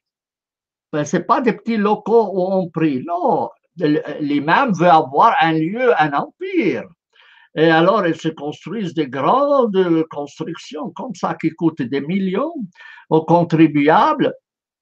Et en plus, on enseigne le fanatisme dedans. Et tous les fanatiques, en fait, tous les terroristes sont passés par ces lieux de culte. La question qui se pose, ne peut-on pas revenir à l'idée polythéiste? C'est-à-dire quoi? De construire une salle polyvalente où les musulmans célébreraient leur culte le vendredi, les juifs le samedi, les chrétiens le dimanche, le lundi pour les bouddhistes, etc., etc. Chacun un jour. C'est des salles polyvalentes où il y aurait des spectateurs, où chacun qui entre paye une petite somme d'argent, un peu comme on voit dans les stades de football aujourd'hui, puisqu'on parle de football. Et puis, comme chacun peut prouver que sa religion est meilleure que les autres, ils seront obligés de jouer mieux. Un peu comme les clubs de football argentins, ou portugais, ou français. Alors, chacun va faire un effort pour montrer que nous sommes les meilleurs. Mais en plus, alors, il y aura les spectateurs là. Tami, Oui. Tami, est-ce que c'est toi qui seras l'arbitre? Et oui, alors juste, non, c'est la police. Ah, moi j'accepte d'être le juge de touche. Je t'accompagne. Je t'accompagne. En fait, mon idée, c'est quoi? C'est que, en fait, en réunissant toutes les divinités dans un lieu, l'État avait un contrôle sur la pratique des citoyens. Pas qu'ils fassent des extravagances et des choses comme ça, et qu'on contrôle. Parce qu'en arabe, on dit, celui qui ne voit pas ne se gêne pas. L'atab al-nazar, tout dépend de l'œil. Alors, lorsqu'on te voit, tu te réserves, tu pratiques, tu agis d'une façon réservée, et mieux que quand tu te caches dans tes mosquées. D'ailleurs, tu sais, David, que il y a des appareils pour les brouillages. Ça veut dire des appareils qui sont utilisés pour interdire l'enregistrement. Et la moitié des appareils de brouillage en France sont achetés par les mosquées. Le but, c'est quoi? Empêcher que la police enregistre ce que les imams disent. Donc, il y a un problème de sécurité. Et aujourd'hui, par exemple, il y a des musulmans qui disent qu'il n'y a pas de place pour prier, on veut des mosquées, alors on envahit les rues à Paris et on bloque la circulation. Je dis, mais écoutez, il y a pas mal d'églises qui sont vides à Paris. Qui vous empêche d'aller prier dedans? Je dis, oui, mais on ne peut pas prier en présence de statues. Oui, mais on peut les couvrir, pas de problème. Et aujourd'hui, tu sais qu'il y a des pièces de théâtre, il y a des salles de théâtre à Paris multifonctions, où tu pousses sur un bouton, il te fait la forme que tu veux. Alors, le jour où il y a les musulmans, on fait la forme musulmane. Le jour où il y a des chrétiens, tout d'un coup, tu vois les statues apparaître, la croix et tout ça. Et le jour qu'il y a les juifs, tu auras la Torah au milieu, tout ça, avec des kippas mis sur les bancs, tout cela. Donc, une mise en scène théâtrale qui est agréable à voir. Et moi, j'irais volontiers, Et tu sais, juste pour te dire, le directeur de la bibliothèque cantonale de Fribourg était un officiant de la synagogue de Fribourg. Je ne sais pas s'il était rabbin, mais il était l'officiant. J'étais lié en amitié avec lui et je lui ai dit, est-ce que je peux venir un jour assister à votre prière? Il dit, oui, oui. Oui, oui, et je suis entré effectivement dans la mosquée de Fribourg. La synagogue. La synagogue, pas la mosquée, je m'excuse, la synagogue. Mais ce qui m'a gêné, c'est que tout un coup, ils ont commencé à prier que Dieu donne la victoire à Israël sur ses ennemis. Je dis, zut, c'est pas mieux que les autres. Alors, je suis plus revenu. La prochaine fois, le pauvre rabbin, il me rencontre, il me dit, pourquoi tu n'es pas venu la samedi passé chez nous à la prière? Je dis, ah non, vous voulez prier pour la victoire d'Israël sur ses ennemis, priez tout seul. Hein? Moi, je n'aime pas prier ni pour les miens, ni pour les vôtres. Hein? Dieu, j'ai bien prié. voir un peu, réfléchir, mais pas prier pour une guerre, non, pour te dire. Alors, c'est une seule. Alors, on revient à la question du temple de Jérusalem, n'est-ce pas, le monde du temple. Les musulmans, ils disent c'est notre deuxième lieu saint ou premier saint, tout ce que tu veux. Et les juifs, ils disent, ah non, non, c'est le nôtre. Et même les chrétiens, ils disent probablement au début, c'était plutôt une église. Alors, la solution la plus simple, c'est d'en faire une salle polyvalente pour tous. Une salle polyvalente pour tous, vendredi pour les musulmans, samedi pour les juifs, dimanche pour les chrétiens, lundi pour les bouddhistes, et mardi pour les athées, qu'ils fassent des séances, et jeudi, pourquoi pas, pour la danse du ventre. Tu vois, ou quelque chose de culturel.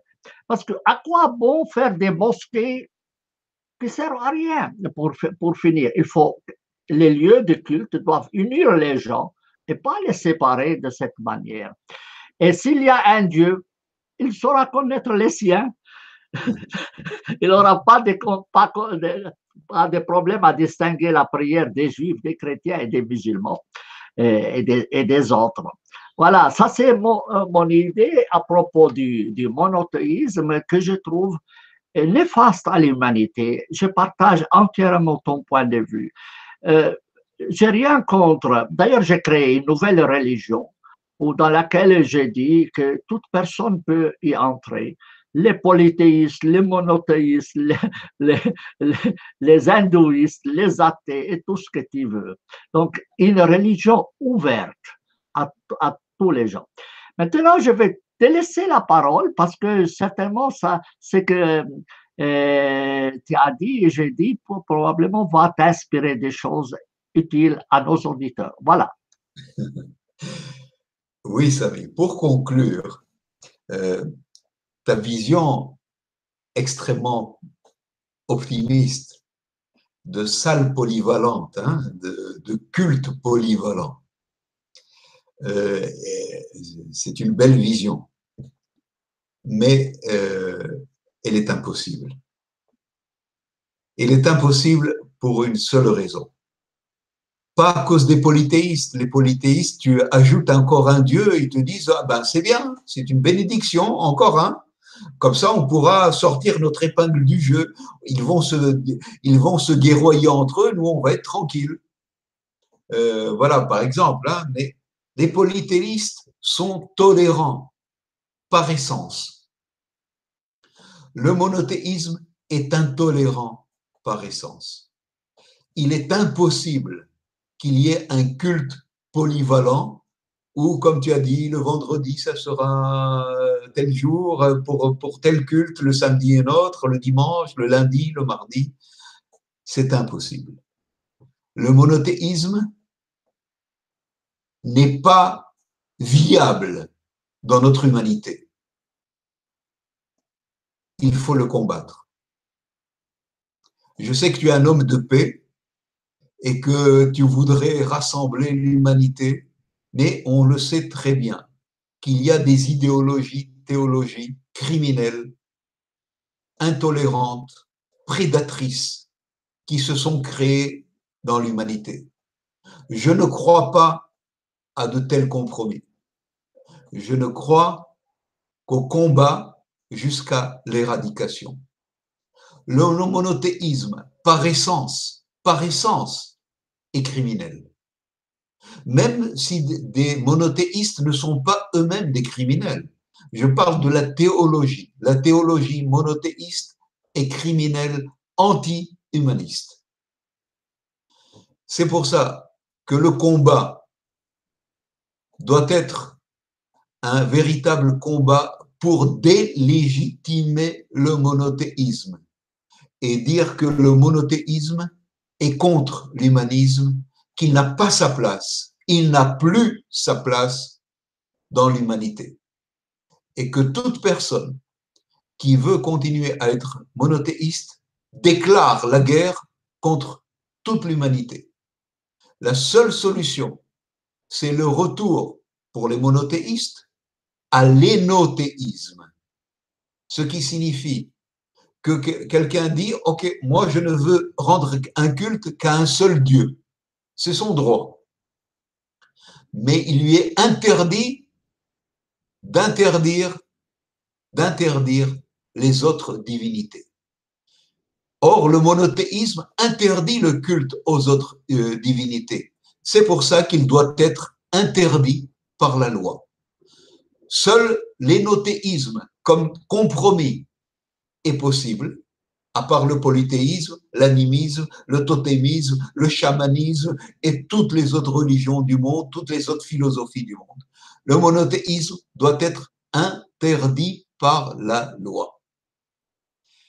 Je sais que je dis quelque chose d'extrême et qu'on me considérera comme quelqu'un qui est un peu extrémiste sur les bords, mais dans l'histoire humaine, s'il n'y a pas un réel combat contre le mal, le bien ne pourra pas apparaître. C'est pourquoi j'ai toujours dit que le 21e siècle doit être la bataille anti-monothéiste.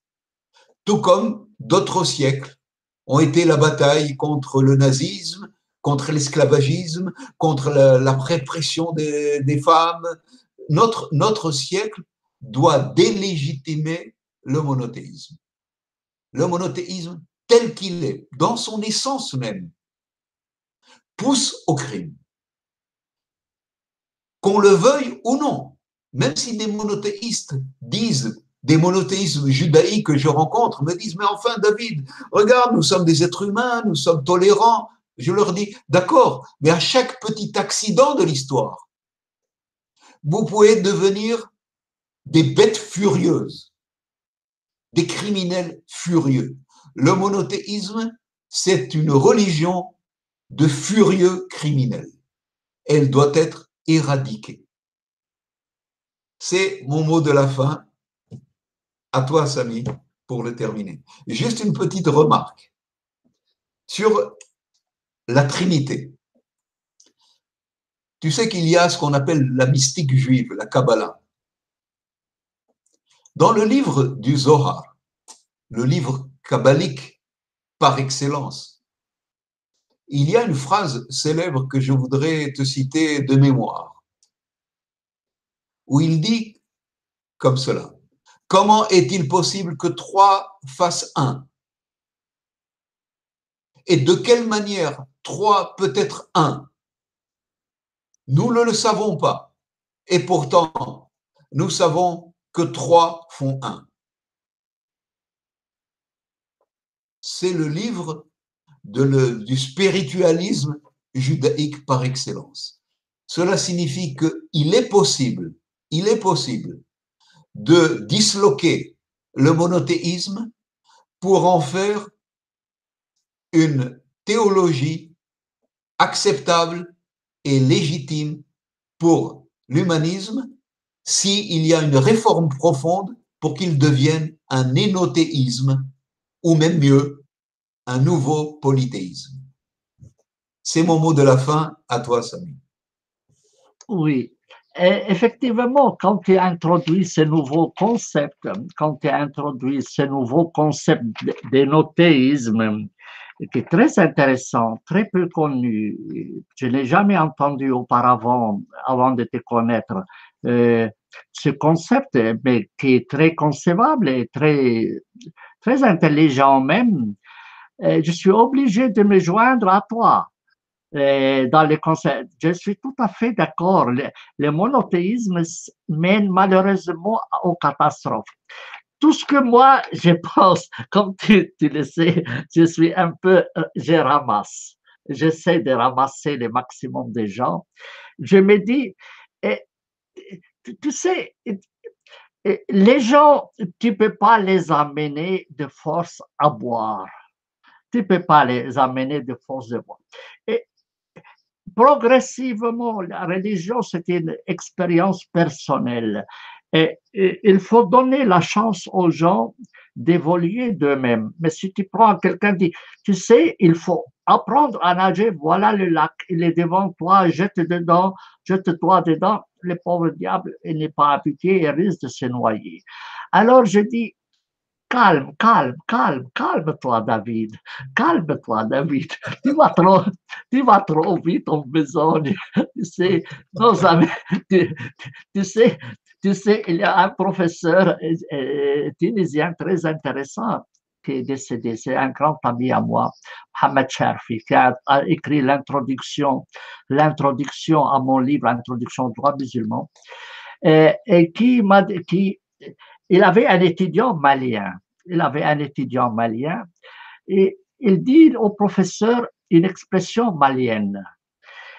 Il lui dit, le chef des tribus qui va trop vite devant, il perd sa tribu. Alors, marche calmement pour que les gens puissent te suivre, tu vois, un peu dans ce sens-là. Il dit, pour cela, j'ai accepté de mettre de l'eau dans mon vin pour ne pas perdre toute la tribu. Et Saint Paul avait une très belle phrase, je me fais romain avec les Romains, grec avec les Grecs, pour sauver tout le monde. Tu vois, un peu dans ce sens-là. Mais sur le fond, tu as entièrement raison. Le monothéisme mène malheureusement toujours à des problèmes. Je n'ai jamais vu un monothéisme pacifique. Ça n'a jamais existé, ça n'existera jamais. Je suis tout à fait d'accord sur le plan idéologique, sur le plan philosophique, sur le plan humain. Ce n'est pas possible. L'énothéisme est acceptable.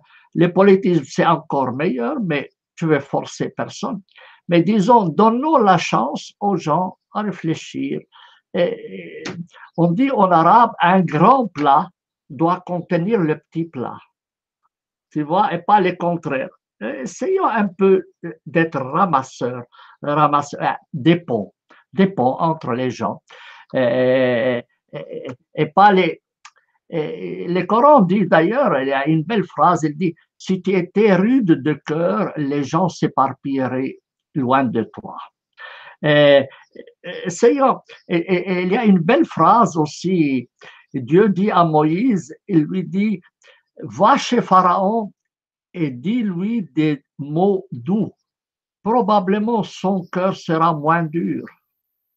Tu vois, Pharaon qui était l'exemple du despote pour le Coran, Dieu dit à Moïse, écoute, dis-lui des gentils mots, dis-lui des gentils mots, probablement il va s'adoucir, un peu dans ce sens-là, un peu dans ce sens-là. Mais sur le fond, je ne peux pas contester que tu as raison. Tu as certainement raison, le monothéisme est malheureusement criminel. Ça, je l'accepte volontiers.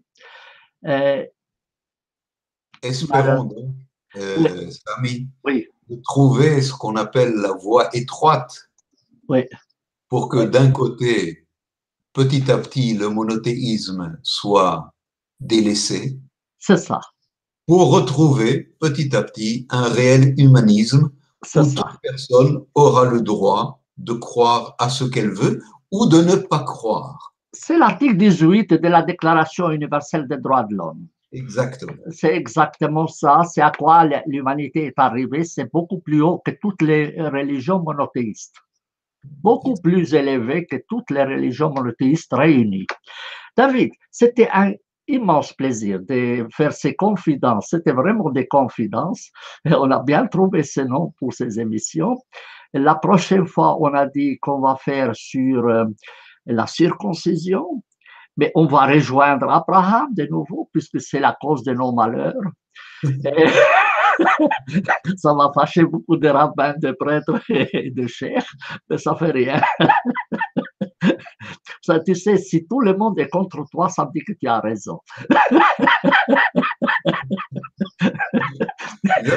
Je n'en suis pas sûr, mais enfin, allons dans ta direction. Allons dans ce sens-là, mais dans et ramasser les gens.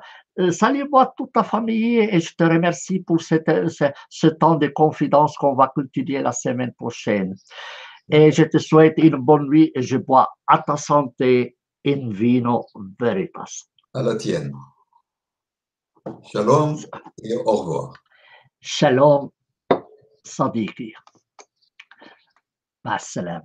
Ça, voilà.